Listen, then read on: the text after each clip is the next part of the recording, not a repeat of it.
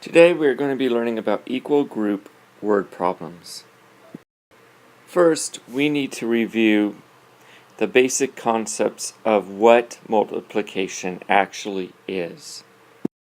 As you can see, we have 6 boxes that have appeared. Now you can see that magically, in each box, 3 mice have appeared. I can tell you how many mice there are in total by doing an addition problem. The addition problem would look something like this. As you can see, this is a very long addition problem.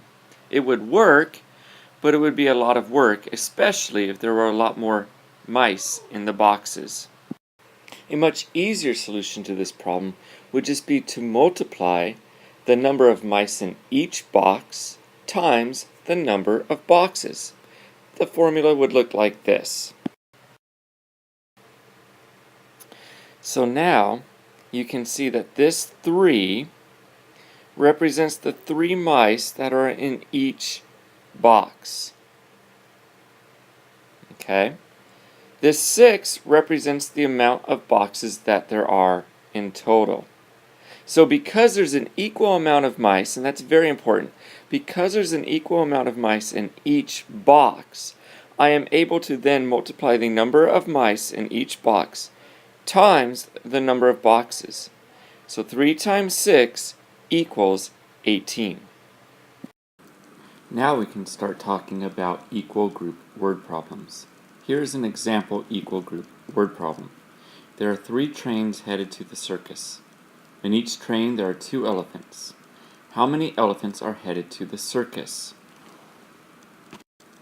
In this question, equal groups question, there's some things I want to point out to you. There is the group. The group here that holds something are the 3 trains. That's your group. The things that are being held in the group, okay, are the 2 elephants. Now we want to find the total. The way you do that is you always do the objects times the groups equals your total. So here are our 3 trains with our 2 objects, the elephant, in each train. The way I can write this now, in my objects in each group, there are 2. Whoa, that was crazy, wasn't it? There are 2 times the number of groups I have. I have 3 groups, 3 trains. Okay? And then I can find out my total. 2 times 3 equals 6. This is another example of an equal group problem. There are 3 trains ready to take elephants to the circus. There are a total of 15 elephants ready to be taken to the circus. How many elephants should go on each train? Now remember our formula.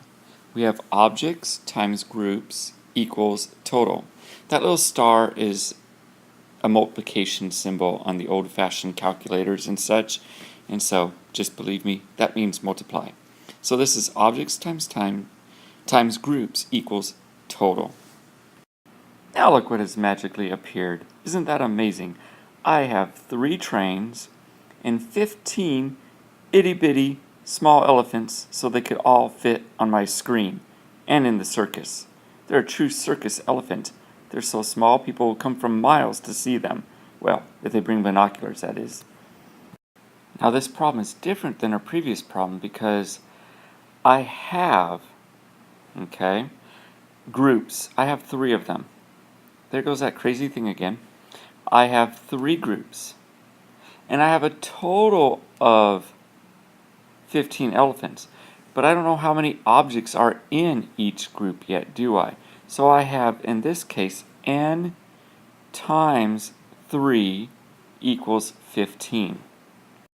So now we'll show you what I've been doing. I've been taking these 15 elephants and I have been moving them into their groups, also known as their trains. And look, when I do that, I have essentially divided my 15 elephants into their 3 groups, which has made each group have 5 elephants in each group. Now, the way you do that mathematically is I take my total, I almost made it go crazy again, I take my total and divide it by my number of groups. So I take 15 divided by 3. That's a horrible 3. And that will equal 5. By the way, I think by now you have noticed in the upper left-hand corner there's a small elephant. I can't get to it. There's no way I can. It's stuck there. So please, I hope you've managed to ignore it. Thank you. We are now finished with this portion of the lesson. What we are going to do next is we are going to work on some problems on our whiteboards and see how well we understand this concept.